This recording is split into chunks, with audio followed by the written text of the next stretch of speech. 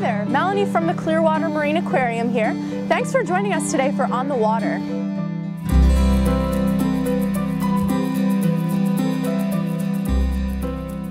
Here at CMA, we believe in preserving our marine life and environment through leadership in research, education, rescue, rehabilitation, and release. For our next 2 episodes, let's join Carrie to watch a net pull aboard our Sea Life Safari, one of our daily boat excursions.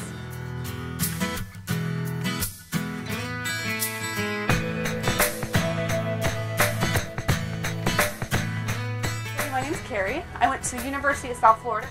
I have a bachelor's in science degree in biology where I studied a lot of ecology. Marine biologists are people who study living things in the marine ecosystem. But it's really hard to see what's under the water unless we get you all scuba certified and throw you out in the water with some oxygen tanks, right? So what we're going to do is throw this net into the water.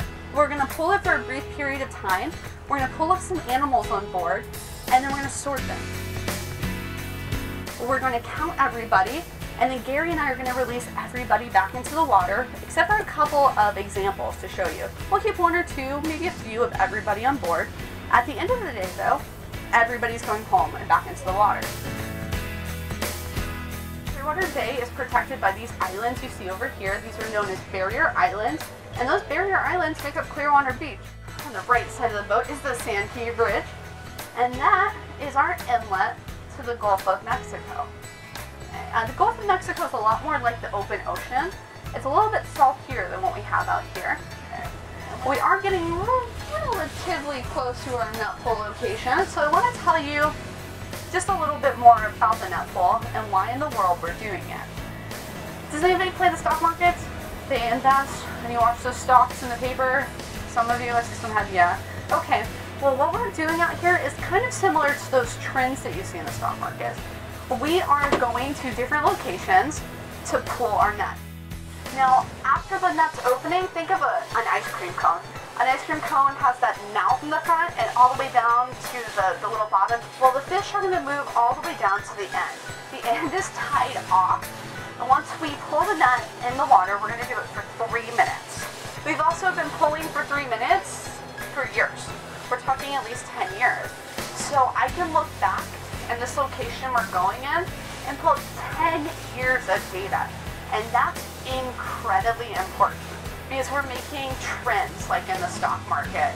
I want to be able to go back and say every single October for the last 10 years in this location, I pulled this number of fish on average. Does that make sense to everybody?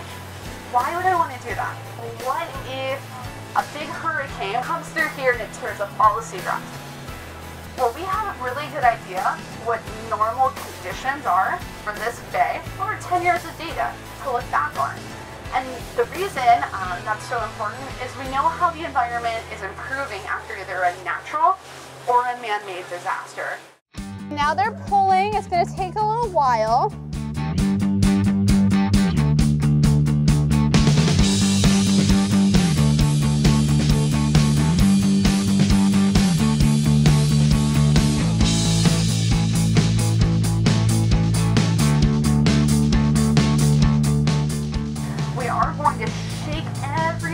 To that end, like the end of the ice cream cone. Oh, we see some fish. This is a good sign.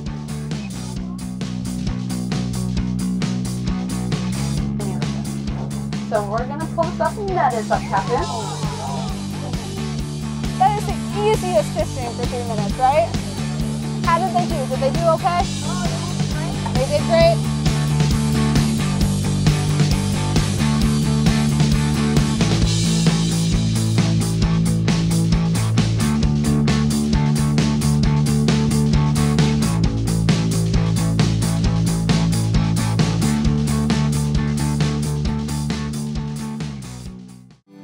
Thanks for watching. Tune in next week for part 2. To watch more episodes, visit us at www.seawinter.com/onthewater. And don't forget to follow us on Facebook for sneak previews of each new episode.